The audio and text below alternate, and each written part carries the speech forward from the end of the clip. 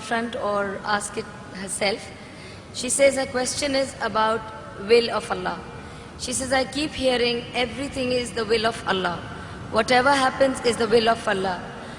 And they say that everything is written already. So then where is the freedom of choice?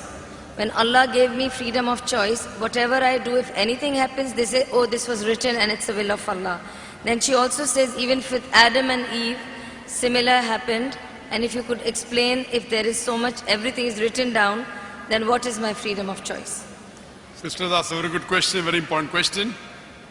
That if everything is the will of Allah, then where is this freedom of choice? And this is a question not only asked by non-Muslims, even asked by Muslims. It's talking about qadar. That if it is mentioned in destiny, that I'm going to rob, and if I rob, who's to blame? Allah is to blame. If it is mentioned in destiny, I'm going to commit murder, and I commit murder, who's to blame? Allah is to blame. So where is the free will? So if it is the will of Allah, or if it is mentioned in the destiny, I'm joining both together, then where is the free will? The reply to this question is, it's compulsory that every Muslim should believe in qadar, but you should understand what is the meaning of destiny. For example, if suppose in a classroom, there are 100 students, and when the teacher teaches the students in the classroom at the end of the year, before the examination, the teacher predicts that this student, he will come out first class first. This student, he'll get second class. This student, he will fail. The teacher predicts why?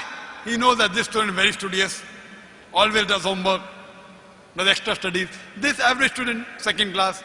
That student, goes for movies, doesn't do homework, misses the class, predicts that that student will fail. Now once the examination takes place, after the results come out, this student gets first class first, this student gets second class, that student fails. I am asking you a question. Can the student who has failed, can he blame the teacher that because you have predicted I will fail, I have failed? Who's to blame? The student or the teacher? Who's to blame, the student or the teacher? The student. The teacher predicted. Who's to blame the student? He did not study, he did not do his homework, he used to go for extra movies. So similarly, Allah subhanahu wa ta'ala has given the human being the free will. Allah has told you what is right, what is wrong, but the choice is yours. For example, if you come at a crossroad, there are 4 roads, A, B, C, D. You can choose any. You choose road C. So Allah knows in advance that when you come at crossroad, you will choose road C. So Allah writes, when the person comes at the crossroad, he will choose road C. So it is not because Allah is writing that you are choosing, because you will be choosing, Allah is writing. It is not because Allah is writing that you are choosing road C. It is because you will be choosing road C. Allah is ilm ghaib. He has knowledge of the future. He writes in advance. After you choose road C, you come at another crossroad, 5 roads, 1, 2, 3, 4, 5. Like after you pass the 12th standard, you can become engineer, you can become doctor, you can become businessman. You choose to become a businessman. Choice is yours. But Allah knows in advance that after you pass standard 12th, you will choose to become a businessman. It is not because Allah is writing that you are becoming a businessman. Because you wanted to become a businessman, Allah is writing in advance. And what you understand here, that if Allah wants, He can easily change it. For example, if in a classroom, in the mathematics examination, the teacher gives the paper 2 plus 2 is equal to how much? Now why she is supervising, the student writes 2 plus 2 is equal to 5. The teacher will not correct, the teacher can correct. But if the teacher corrects, you will say the teacher is unjust.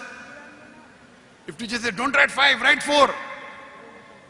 All the other students will, this is examination. Why are you interfering? So if Allah wants, He can change. But because He has given you free will, He is letting you take your decision. So this life is a test for the hereafter. As Allah says in Surah Mulk chapter 16 verse number 2, Alladhi khalaqal mauta wal hayata. It's Allah who has created death and life to test which of you is good indeed. So this life is a test for the hereafter.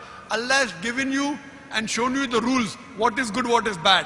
Then He's given you a free will. It is your choice. Allah does not interfere in your free will. He can if He wants. The Quran says, not even a leaf can fall without the permission of Allah. So whatever happens, happens with Allah's free will, but the decision is yours. And based on that, you will be rewarded or punished. Hope that answers the question. We'll have the next question from the brother's mic in the center.